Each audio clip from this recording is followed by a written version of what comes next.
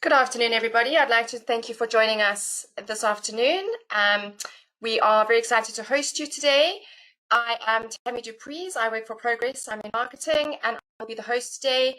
Just to take you through a couple of things, we will be keeping you all on mute. If you do have questions, please do pop them into the question box, and our team will be happy to answer and get through to anything that you do need. I'd like to thank our partners, JK Tech,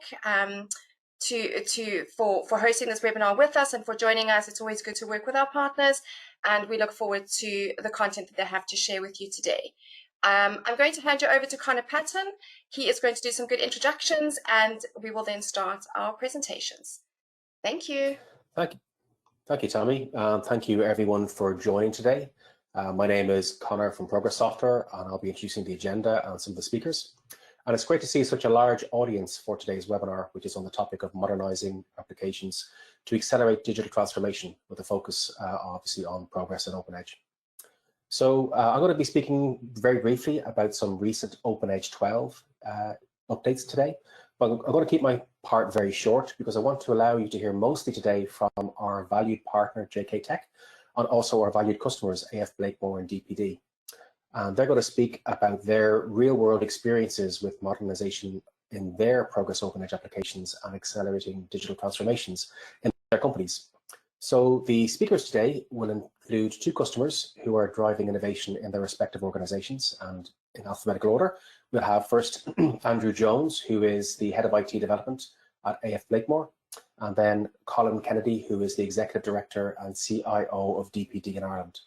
So I really want to thank both of them for taking their valuable time today to speak to us. I think what they have to say will be very interesting and very practical and very grounded. But before we speak to Andrew and Colin, we'll be joined by Kartik, who is the practice head at JK Tech. And JK Tech, if you haven't heard of them, I'm sure most of you have, but they're a relatively large partner of Progress Software. They have over 300 consultants in their Progress Center of Excellence. And in September last, they were recognized as the first Progress Software global systems integrator for digital transformation. So our partnership has been going on for many years, and our partnership has been strengthened now. So Kartik will give a quick outline of the JK Tech 4OR Innovate, which is a OpenEdge modernization methodology and framework. So the next slide, please, Tommy. So as I mentioned, I'll be very brief, just one quick slide from me today. And just to emphasize that OpenEdge continues on its roadmap, continuing to deliver new functionality and innovation. And we're releasing all the time different versions on the long-term supported versions. For example, I know many of you are still on version 11.7, and we had a service back for that just a few weeks ago. And on the 12 branch, the most recent version of OpenEdge, we are currently on version 12.4, and we will very shortly be releasing version 12.5. As always, we recommend you join the customer validation program if you'd like to get access to future releases. But 12.5 continues the investment and continues the addition of new features to OpenEdge. Specifically, I'll call out some new interesting capabilities in the world of DevOps with a new framework in 12.5, a new aid for performance analysis through a new profiler, and then, of course, continuous investment and innovation in the themes of 12, which are performance and scale of OpenEdge, continuous availability, agile development, and security. Security, of course, being very important to us these days. So I hope you can see that all the investment from the Progress team is being put into OpenEdge and all the hard work from our engineering teams, and that they are providing you with the capabilities that you need and expect from OpenEdge. And we'd love to hear from you if you have any more feedback or ideas on the roadmap or suggestions. You know, you can always get in contact with us. So don't forget, as we go through the presentations, to please add your questions via the GoToWebinar interface. And we're going to address as many as we can on the call today or on this webinar today, and we'll follow up with those that we can't address after the call if we have some that we haven't addressed during it.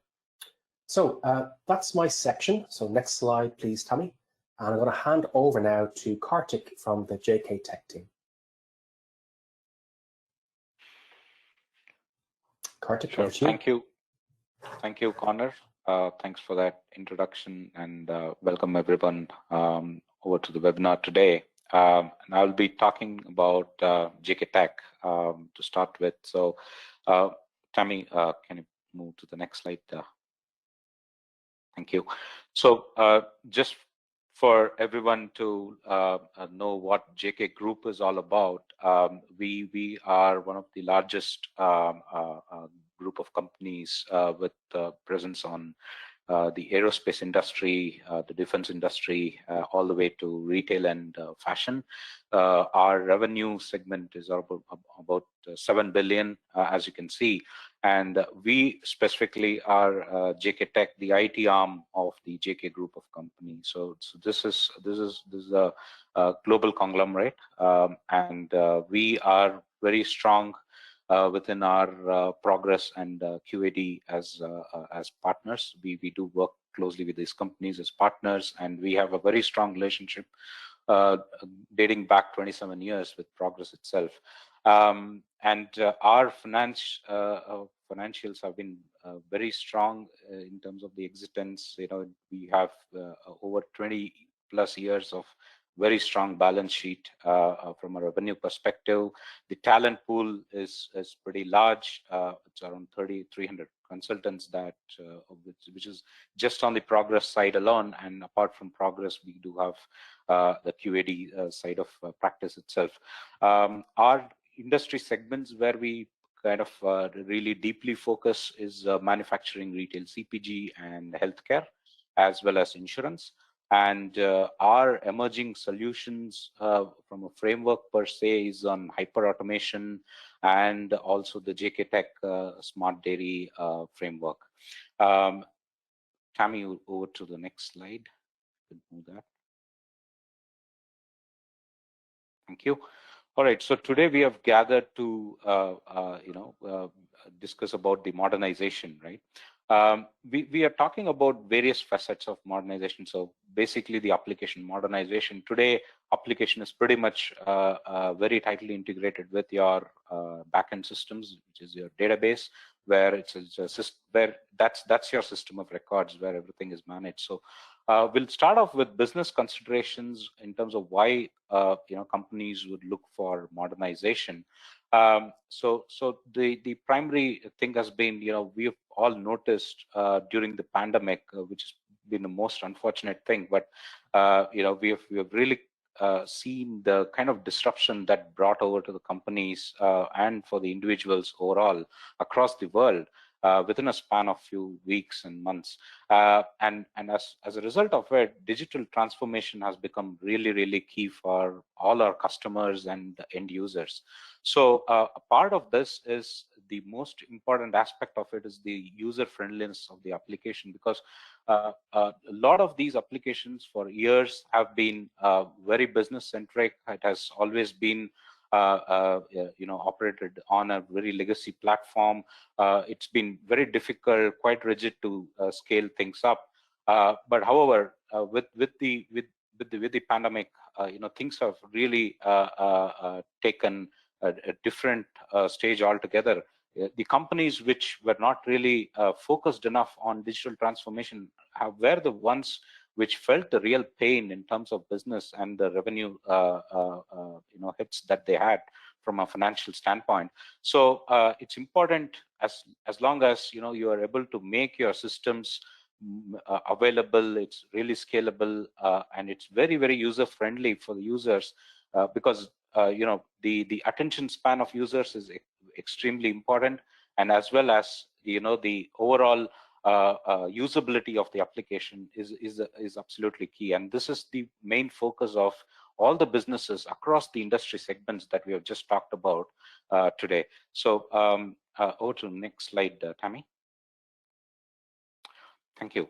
And as we talk about modernization, right? So from a business considerations, we just talked about it, but it's also very equally important in terms of how we take into consideration the technology considerations, right? So it's not like you flip a switch and things start working just like that, but it's very important that you really focus the architectural constraints that you've got and really improve and make investments in terms of improving the architecture. So it's very, very important to invest on the current state, look at the current state of architecture, invest towards modernizing and what you want it to be in the future state. So its architecture is very key in order to have a very robust, scalable, and very secured systems, which is very future-proof. It can protect your investments for a very long term and ensure the return on investments is very consistent and very predictable over the years. And it's one of the growing things we have all seen. The cyber attacks have been increasing over the years, and because data is really real money today. So data compliance, data security is absolutely critical. We need to be compliant with the standards that each and every country is actually setting from a data protection standpoint. So therefore, every application design and from a technology standpoint has to be absolutely compliant with the way the data is structured, the data is stored, where it is stored, etc. becomes very important. And as I talked about, the user friendliness, it's all about customer experience. What kind of customer experience are we delivering when we modernize the application? It should be really having very minimal touch points, very minimal workflows involved. The data should be captured in the most efficient way in order to, experience that efficiency, and the minimal touch points also ensure that greater efficiencies and the time taken to be on a specific set of workflows or screens is going to be very minimal. So customer experience is absolutely important. And the most important aspect is because of the changing needs of the business today, and it's all coming in a very rapid application development mode, which has been there in the past, but however, things have transformed a lot with agile methodology, and the user expectations are very quick, and it's very much changing in the marketplace. So it becomes extremely critical how exactly you validate, verify, and you kind of test things out before releasing these new product features to your customers. So validation and verification becomes a very important step in the overall process of application modernization. And lastly, the kind of technology choices that you make. You go for open, you could go for open source, a licensed, more secured, in terms of offerings, very predictable offering of the software. It could be commercial off-the-shelf softwares, which are easily configurable, and also have a very focused approach towards taking your platforms, which is on-premise to on-cloud. So this is a very key thing to do today in order to ensure that there is very less cost incurred on your infrastructure as well, and there is very minimal service disruption, because cloud architecture has proved that it is really scalable. Most of these scalability issues have been very much taken care by various cloud service providers. So therefore, it makes sense to take most of the data out of on-premise to cloud. So Tammy, do you want to go to the next slide? Thank you. So what is that we are talking about from JK Tech standpoint is the Innovate framework. The Innovate framework is all about the 4R modernization framework. So the 4 R's, which are very critical for modernization, is about rehosting, replatforming, refactoring, and rebuild.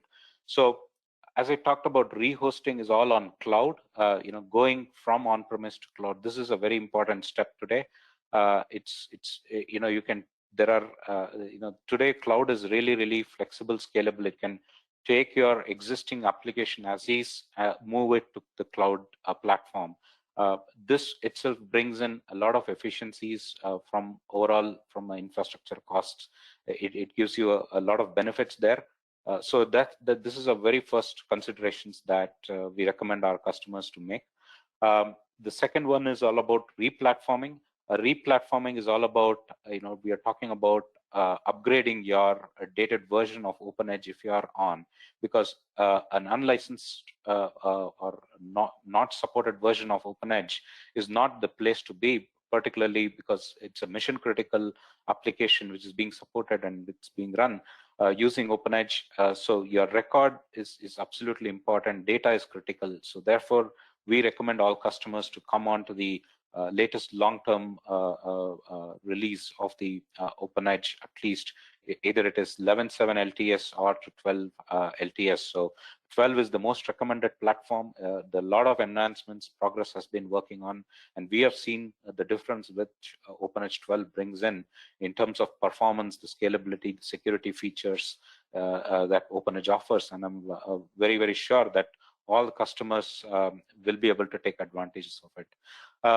And it's all about, I talked about the user friendliness and removing the legacy barriers.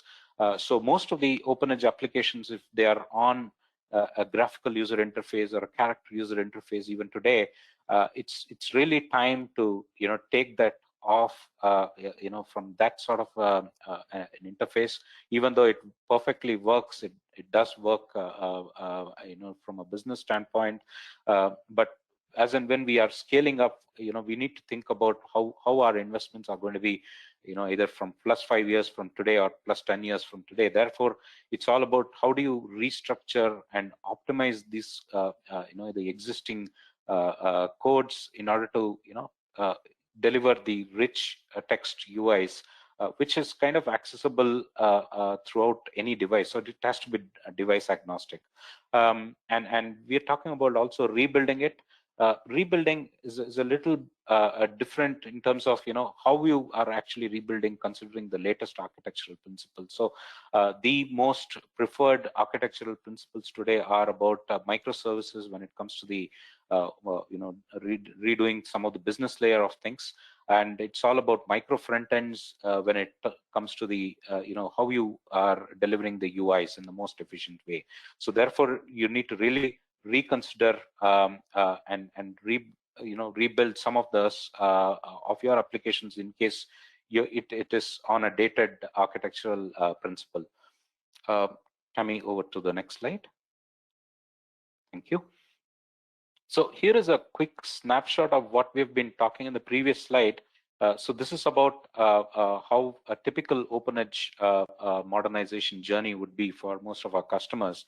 So if we are on if we are talking about refactoring, we are talking about bringing the desktop or GUI based applications or a CHUI based application onto the web and mobile platforms, taking from a client server architecture or a two-tier architecture. In case you're still using it, I'm sure most of you would have migrated, but in case you're still there, we are out there to help you to transform it to the entire architectural, and it could be really scaled from there.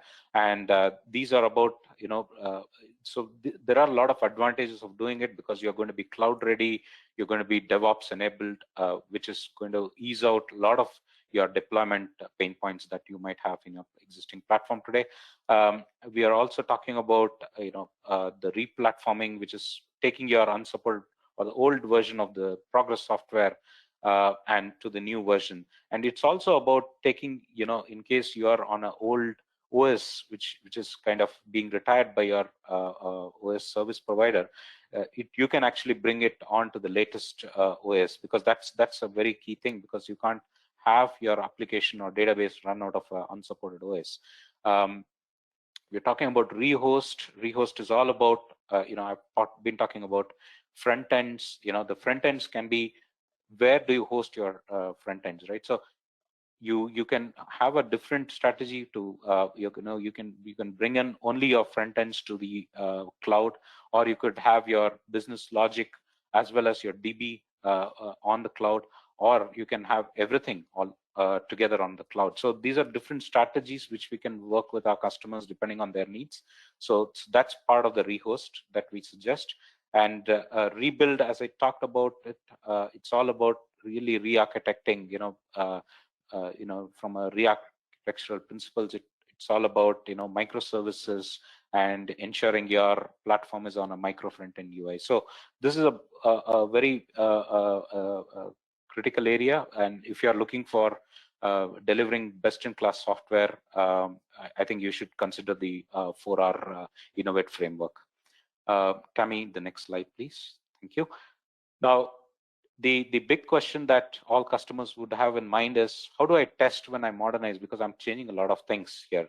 So it's absolutely a nightmare when it comes to testing a lot of business modules, critical workflows that you might have out there, and to enable or to ease out this whole journey, we have the test automation framework. So a test automation framework is all about, it's all RPA based. It's a robotic process automation that we bring in. This can be across devices. It can run on your a traditional desktop screen, a CHUI screen, or it could be running on web.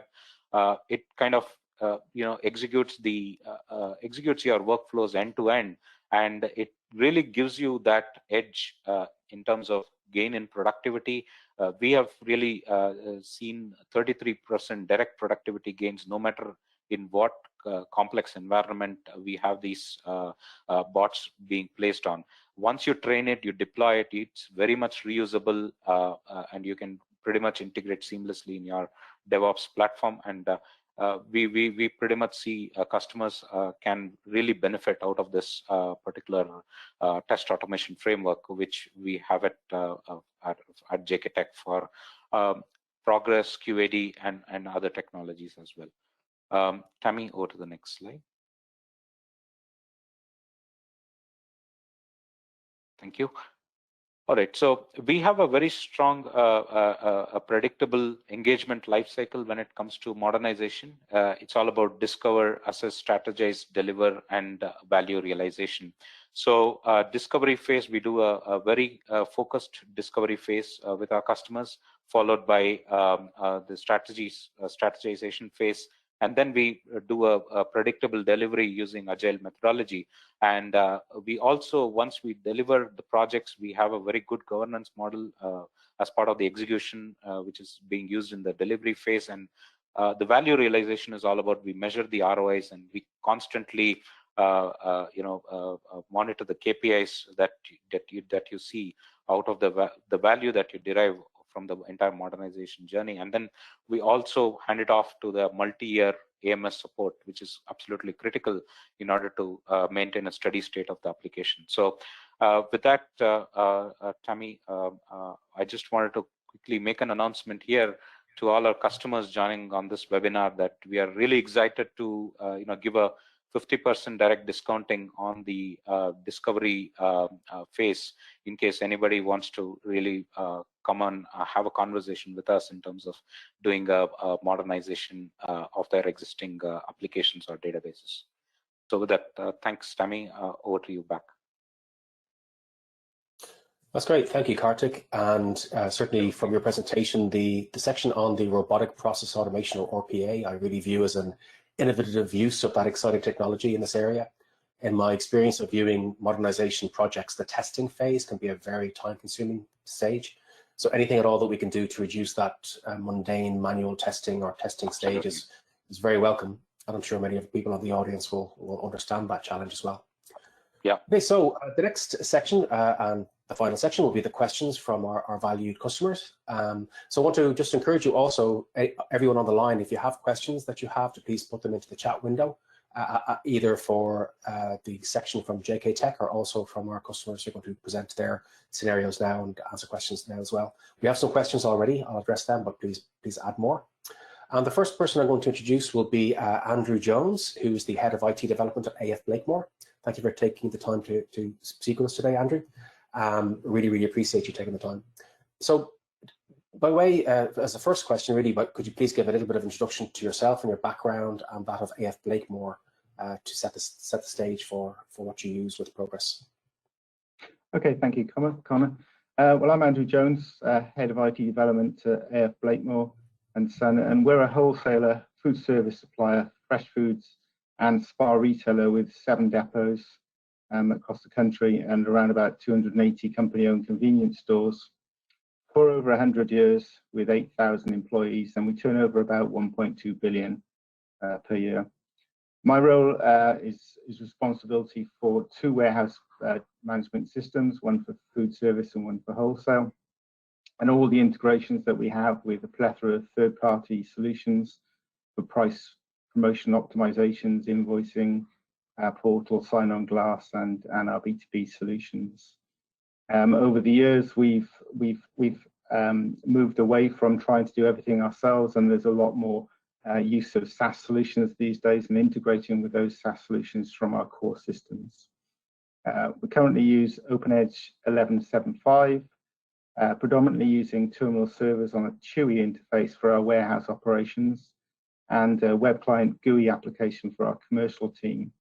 And the GUI predominantly does pricing, promotions, product category management, and utilizes the Passo app server and ActiveMQ for integrations within our infrastructure and with third-party products. We're currently developing a progressive web app to replace both the warehouse and the commercial environments, because although our software is fit for purpose in terms of features and functions, it looks prehistoric. So we want to take the opportunity to use the native features of some of the hardware that we have, which comes with a browser by default, to implement that new environment and remove the ability or the requirement to use terminal emulation, sort of come into the modern world, if you like. Our OpenEdge roadmap includes an upgrade to OpenEdge 12 this year to capitalize predominantly on the increased uptime in terms of updating the database or making changes to the database without having any downtime. And as part of that, there's a wider upgrade. So we're moving from HPUX as an operating system to Linux, and also moving from Itanium to Simplicity from a hardware platform point of view. Our modernization program has started with a proof of concept, and we already have a platform for delivering customer records and maintenance of sales representatives within our environment. And our next major implementation will be to replace our procurement solution. We use JK Tech to supplement our in-house development team. They do all of our support for our warehouse management systems, and we utilize them for skill sets that we don't have within our environment, that obviously help us move forward more quickly. And we're currently looking at the implementation of test optimization using JK Tech as our technology and implementation partner. That's great, thank you, Andrew. And my apologies, I forgot to ask Tammy to forward on to the next slide, so we have done that now. So questions from the audience, and folks, do send any more queries you have into the chat window. You may have addressed some of this already, Andrew, but could you outline how AF Blakemore uses their Progress OpenEdge based application specifically around dynamic warehouse management and the distribution process? Yes, so we have two warehouse management systems, as I mentioned there. The reason we have two is because wholesale and food service are very different environments from a customer point of view more than anything else. The picking process and the invoicing process tends to be the same, but our customers are more they're more versatile in the food service area, where they have more demands. They probably have an existing system that they want to integrate with our systems because they want to reduce the amount of administration, whereas our wholesale and retail customers would tend to have a very static and similar environment, similar requirements, and that's why there's two separate implementations, although we do share code amongst some of those systems. So we utilize OpenEdge simply because we've been using it for over 30 years within our environment, and moving through versions from 7 through to ultimately this year 12. And we utilize, as I mentioned before, the Passo app server, and we utilize that for two things. One is for our current GUI client to expose our business logic to the user interface. And in the new development, we're utilizing it to publish our web APIs. That's great, thank you. I didn't realize you were such a long-standing customer. Version 7 is quite some time ago. That's interesting to hear. The other question that has come in, and again, you may have addressed this briefly in your introduction, but maybe to go into a bit more detail on the topic. What plans do AF Blakemore have for Progress OpenEdge 12 in terms of modernising the existing application, all the way from version 7, I guess, to prepare for the next generation of technology and to improve efficiencies and scale? Okay, so as I mentioned, we're moving to 12 this year, and predominantly the reason for doing that is so that we can have more uptime. Not that we have a lot of downtime at the moment, but the more uptime we can have, the better. We pick and deliver 24/7, so that there is quite a hard negotiation requirement to take our systems away from our warehouses when we want to do something that is disruptive. I mean, obviously within OpenEdge for some time now, you've been able to do database updates online, but there are some things that you can't do online in certainly the version that we have. And I think the conference, I think it was when 12 originally came out, the majority of the administration requirement now does not require the database to be taken down, and that's going to be the biggest benefit to us as a business, and to give us some breathing space as an IT department. We've already utilized the passive app server, I say, but we're going to use it a lot more because we're breaking more so than we have already, breaking apart our business logic from our user interface, and then pop in an API in the middle, so that we can not just integrate with OpenEdge, but we have a requirement to get some data that's not sitting naturally within tables within the database, to things like Power BI, and we can implement the API to gather that data and deliver it in a meaningful way to Power BI going forwards. And that's a tack that we're taking with many of our implementations. So, as I said earlier, we used to try and invent in-house. Now we look for best of breed, and practically every best of breed product that we look at has the requirement to either utilize our API or for us to utilize that API in the third-party product. Thank you. I know that's certainly a major focus from the OpenEdge engineering team. There just has to be a realization that every environment is going to be heterogeneous with lots of different systems that need to play well together and integrate well together. So a lot of investment in recent years, and I hope you can see that from the releases in 12, has been on improving the interoperability capabilities, excuse me, supporting newer standards and newer security levels, for example, as well. Yeah. Okay, another question. This is kind of a general one. I guess this is more broad than just Progress or OpenEdge necessarily. What new areas are AF Blakemore investigating for future innovation? Well, we're looking really at a lot of our requirements are dictated to us by standards or legal implications of changes within the industry. So, for example, we've recently implemented Kendo as a PIM, simply because we can then integrate that with other products in order to get allergens, which is Natasha's law is a big consideration of ours now. That we have to ensure that we inform our customers and our customers' customers about the allergens in a product, and as we go forward, we can see that the consumer is asking and looking at the ingredients which are in our products, and so we're looking at how we can gather that data from third parties, because the data is more or less out there, and then integrate them into our solutions in order to expose them to our customers. So that's a big focus at the moment. Another one is security. So ransomware is top of the mind at the moment, and as you know, Connor, we've been talking to you about how we can utilize the Progress technologies in order to secure our systems more and protect ourselves against attack going forward. So, and I think as an industry in the IT industry, ransomware is a big concern for everybody these days, and always near the top of the list. Yeah, that's a great point. We see some of that being mentioned in the media. So you hear about the big compromises, like in my world, the Irish healthcare system, the equivalent of the NHS, was hit just last year with an extremely expensive and embarrassing kind of attack. But there's a lot more that happens that we don't hear about. I can certainly assure you it's a very, very common topic we're asked about. So, and I know that you guys are quite some journey away towards addressing that, protecting yourselves.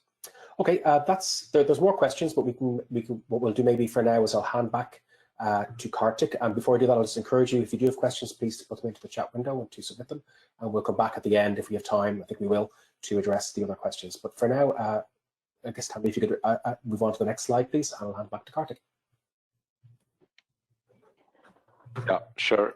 Thanks, Connor. And we have Colin from DPD here to take us through some of the the Progress OpenEdge capabilities that DPD actually uses in order to accomplish their day-to-day business.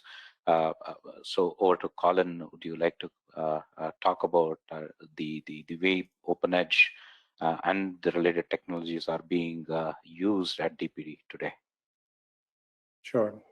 Thanks very much, Kartik. Yeah, look, good afternoon, everybody. My name is Colin Kennedy, and I'm the Executive Director and CIO at DPD in Ireland. So perhaps just before I start, I'll give you a little bit of background on myself and perhaps the business.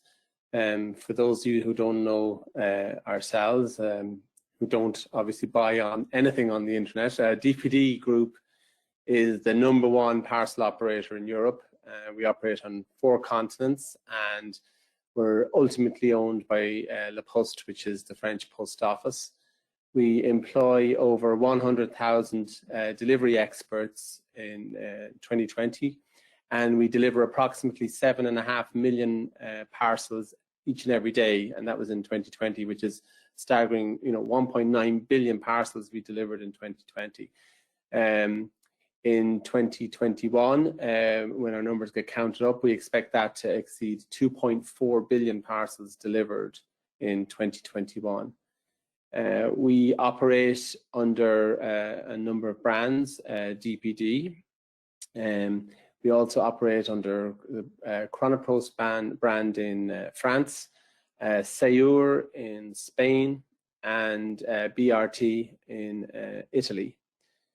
So on myself, I joined, when I joined DPD, or it was called Interlink at the time, we were a parcel delivery company who really mainly operated in the B2B, the business-to-business environment. We had a very good business and growth was very strong, but I think it's true to say that the management felt that we were falling behind the market when it came to technology. So my role was created to try and address that.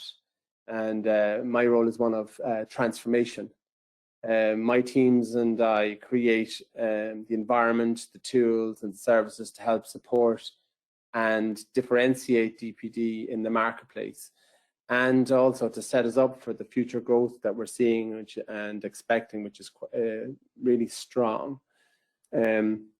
Like Andrew, we're a long-standing customer of Progress of almost 30 years also. We can beat you by a version, I think, though, Andrew. We started off on version 6 here, and we're currently running on 12.2. So that's our background in Progress. Great, Colin. It's great to know. I mean, Progress version 6 onwards, you've been using all the way to the latest version now. Thanks. Actually, I think Progress would be really excited about hearing more on the ways DPD addresses some of the business problems. So I have a few questions coming over. With a large increase in the deliverables due to the COVID-19 pandemic, how has DPD Progress-based platform scaled to meet the new business challenges? Okay, sure.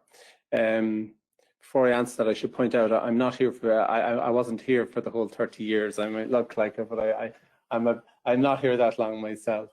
But look, with regard to COVID, I recall when it hit first, there was an awful lot of uncertainty around at the time.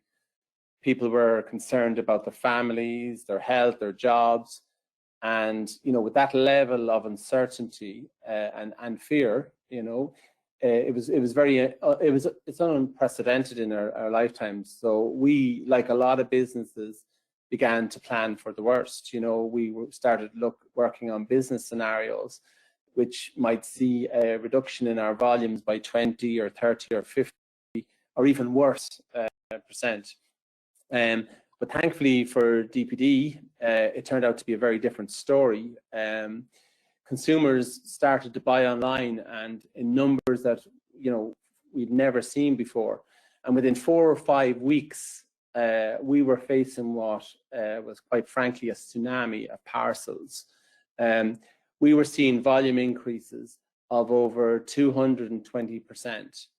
Now, we as an industry are used to having spikes in our volumes of 70 or 100% every year around Black Friday and in the run into the Christmas period, but this was very different. You know, meticulous planning went into go into those spikes in our business every year, and we start that planning on the 2nd of January each year, and we spend months making sure that we've got the right people in place, the right processes and the right systems for the surge that we're going to get that year. But now, you know, we were faced with over twice or maybe 3 times our peak volumes overnight, and as a business we had to respond to that. You know, as a result of what we have a strategic planning process, and we had already developed a well-developed capital expansion plan in place over the following 7-year horizon. But now we had to accelerate elements of that plan to handle this new demand. We needed to ensure, you know, that our underlying systems and the platforms were stable and capable of handling and supporting our surge volumes. Now, as I mentioned earlier, DPD, you know, we've a really strong record of reinvestment in the growth of the business. And as a result we had a clear strategic investment plan in place for each step of our expected growth over the following 7 years.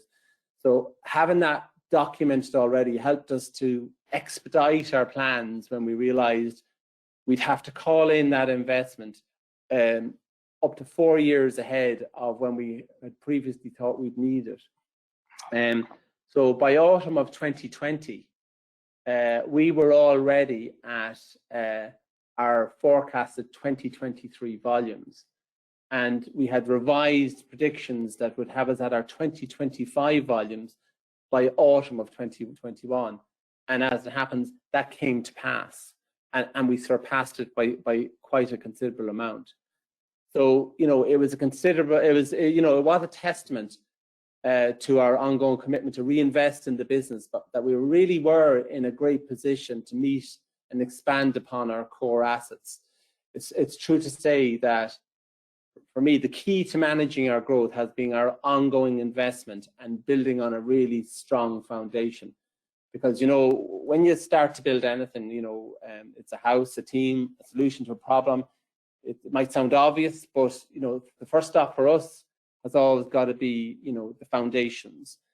Building on a strong foundation is essential and allows you to deliver your goals, but it also allows you to grow and add and expand and you know, ultimately deliver, like we did in COVID, things way beyond where you were thinking when we developed those plans. So for me, making sure that you've got a core set of tools and infrastructure right at the back end of what you're trying to achieve is every bit as important as that nice shiny bit at the front end that everybody else sees. You know, we had to also factor in the fact that, you know, like Andrew is, we're operating in a 24/7, 365 business, and that doesn't leave much opportunity for system upgrades or index builds and rebuilds or database maintenance, not to mention backups and all those good stuff. So to support all this stuff, you know, we have things like we've a real-time replicated database with automatic failover and resilience. We also have a Java messaging system which makes sure that the millions of data transactions that we create each day, you know, over 12 million transaction movements every day, find their way to their destination reliably and consistently.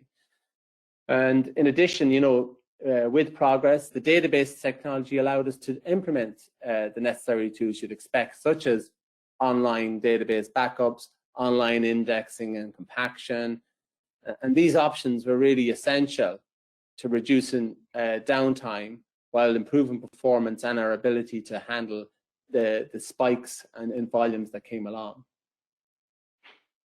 Yeah, sure. Thanks, Colin. That was pretty detailed look at how DPD has really changed things with those investments coming forward by 4 years.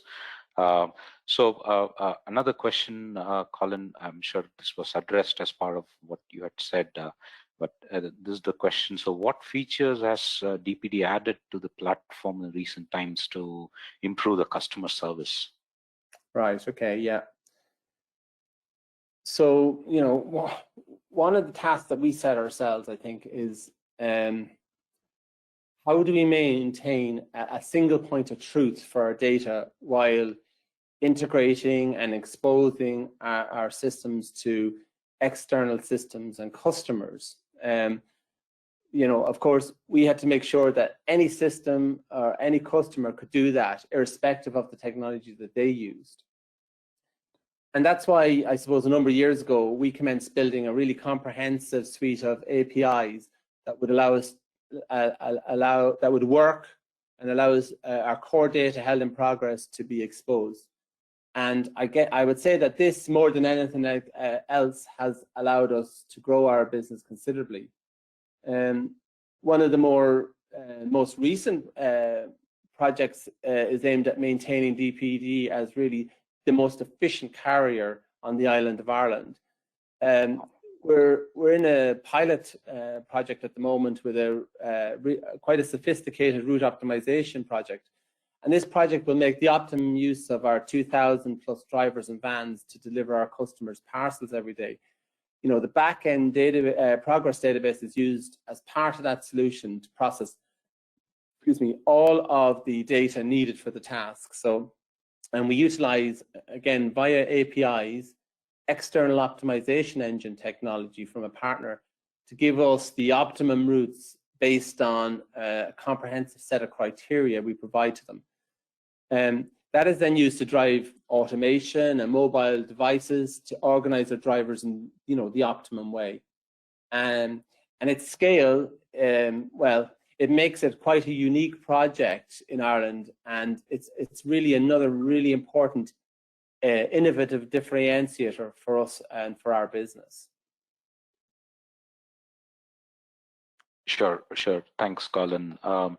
I believe with the kind of volume of records that's coming in for deliveries on a daily basis that you just described. So a follow-up question on that was definitely analytics must be core of it. So what analytical capabilities do DPD leverage from the platform? So can you speak to some of the reasons DPD has selected Progress Pro 2 as part of the analytics journey? Yeah, well, we use Pro 2 and Replication Plus in a number of ways. Obviously, we use it for our real-time replication, as I've just mentioned there. But we also use it because as the volumes increase and the business increases, the demands for data obviously also increase, probably exponentially, and the availability of that data. And our business intelligence teams have a really, you know, they're probably one of the most aggressive and heaviest users of our systems.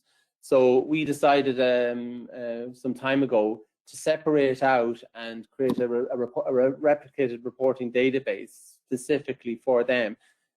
And that was really an important move for us, because what it did for us as well is it took that load off our main systems for all of our operational processes.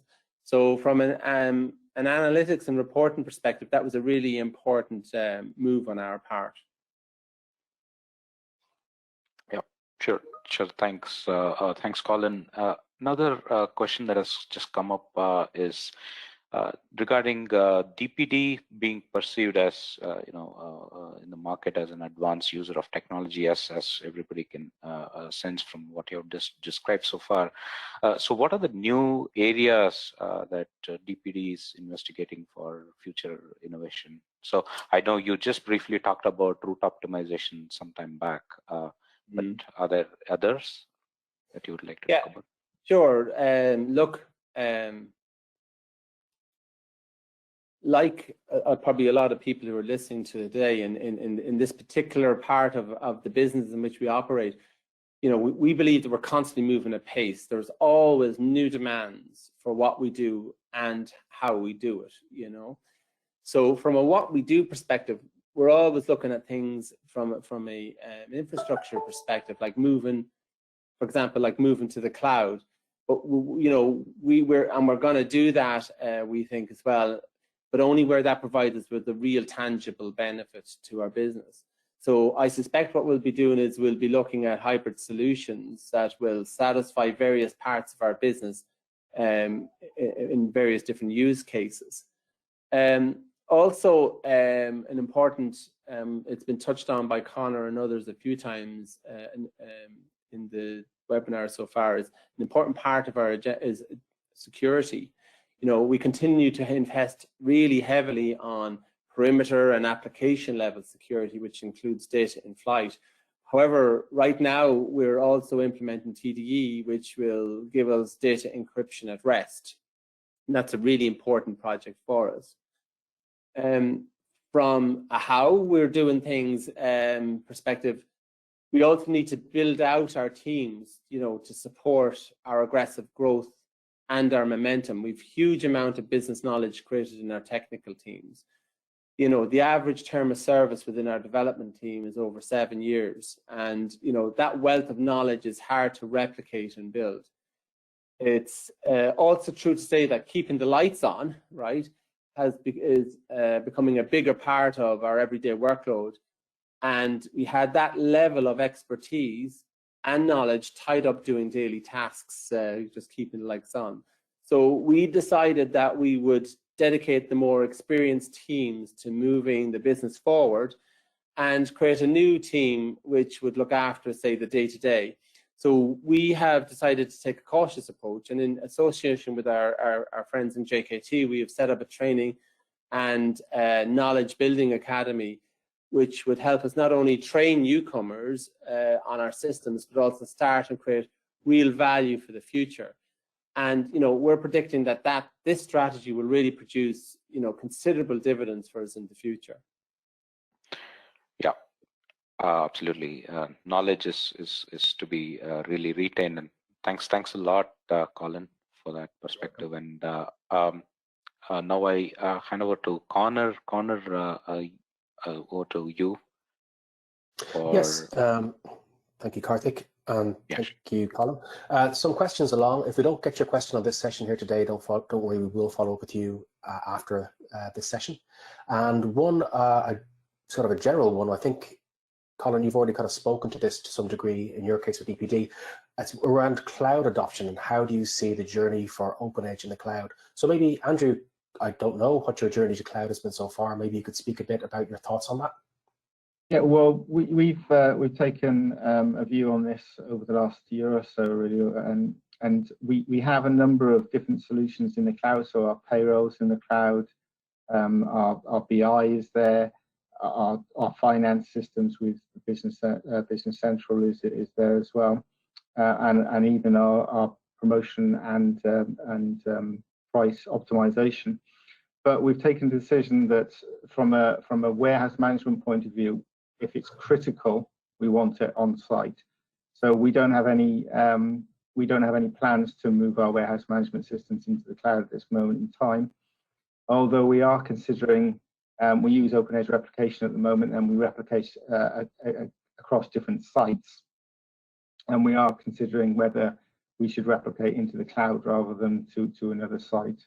But predominantly, our decision is not to take our warehouse management systems off-site.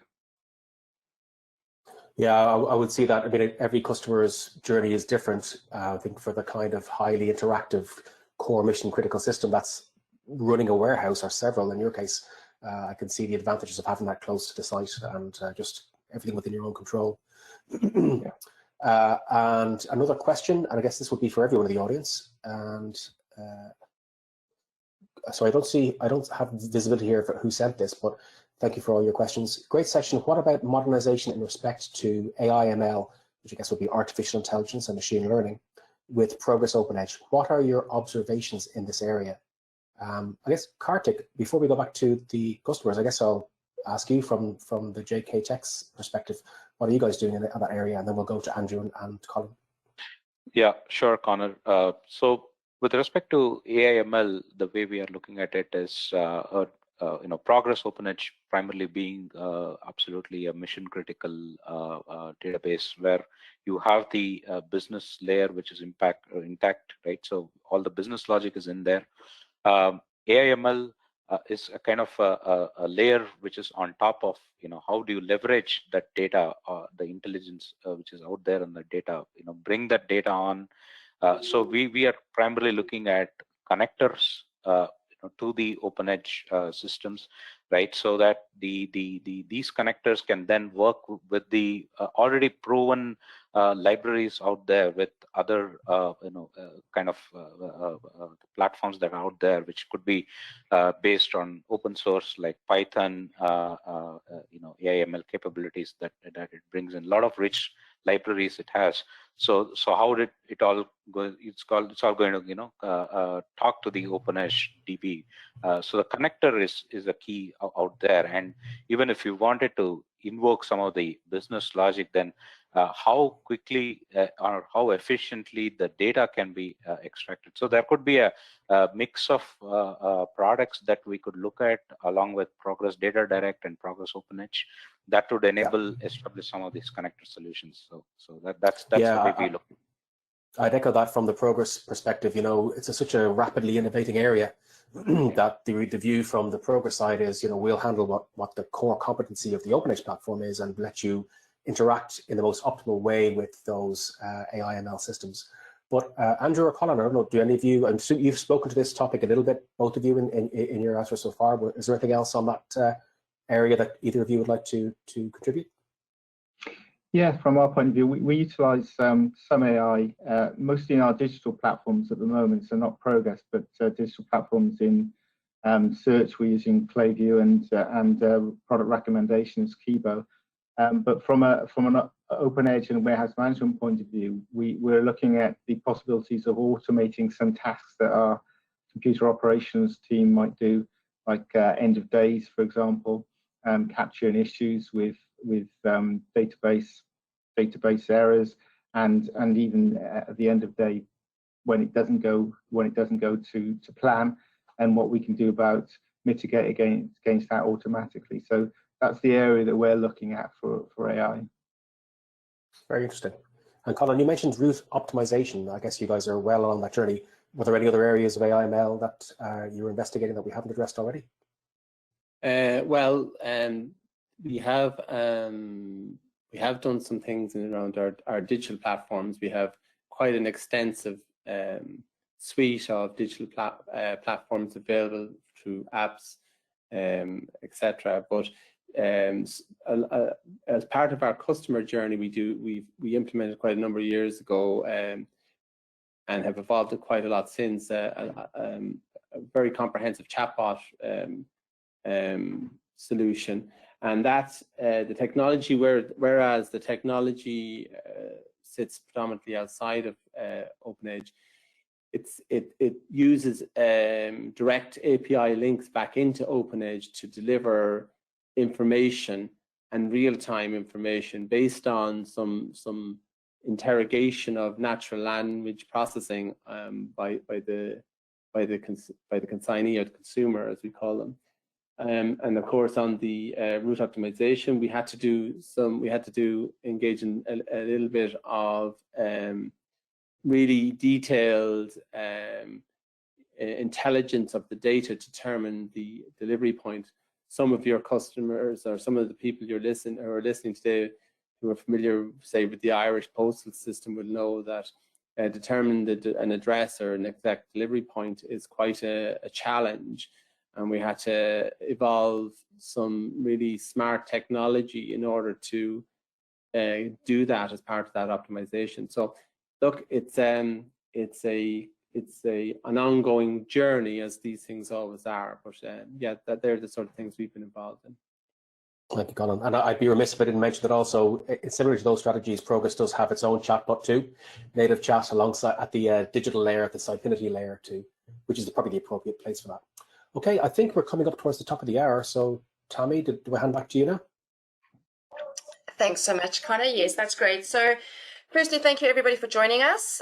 Just keep a lookout in your inboxes. There will be an email that will come out that will have a link to the recording. If, of course, you have any questions, please feel free to reach out to the team, and you can reach out to any one of us, and we will gladly answer your questions. And then just thank you to all of our speakers. Appreciate your time, your effort putting this together, and for hosting all of our customers today. So all good, and thanks everybody for joining us. Thank you. Thanks, guys. Thank you. Bye. Thank you. Bye. Thank you.